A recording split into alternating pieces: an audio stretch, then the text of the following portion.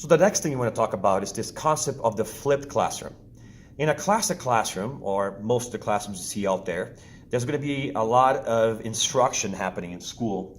And that means that a lot of the practice time has to be dedicated for home. So you're going to see teachers assigning homework for practice, whether it's projects, worksheets, or whatever.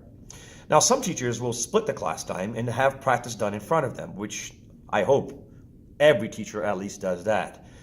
You want to make sure that you see the students doing the practice so you can dare to know what they're doing and to be there to help them. And that's exactly why I flip. So on a flip instruction, you try to do as little instruction as possible in school, and that is reserved for home time. And instead, you spend all of the school time on practice. So how does that work? Basically, what it means is that the classic homework style of doing practice at home is taken away from the class for the most part. Now, I do sometimes still assign practice at home, but it's usually optional. And it's usually going to be the kind of practice that has answers posted or some way for the student to get immediate feedback on their work. So that's the kind of practice you would do because you choose to, because you feel that you need to do additional practice.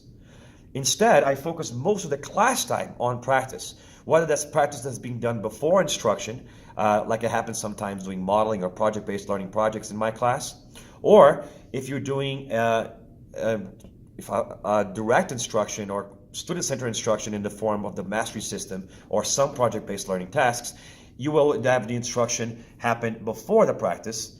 Regardless, the class time is dedicated for that practice component.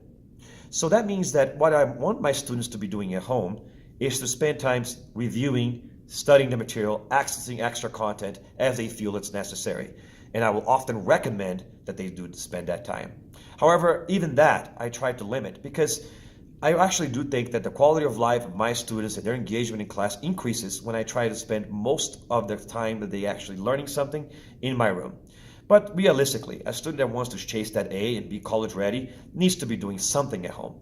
But I don't like them to do practice that I can't be there for, there to help them. And it's not just me. Their colleagues collaborating with each other, is important. And even if you add components of virtual collaboration, you still don't get the same kind of feeling that if you did it in class.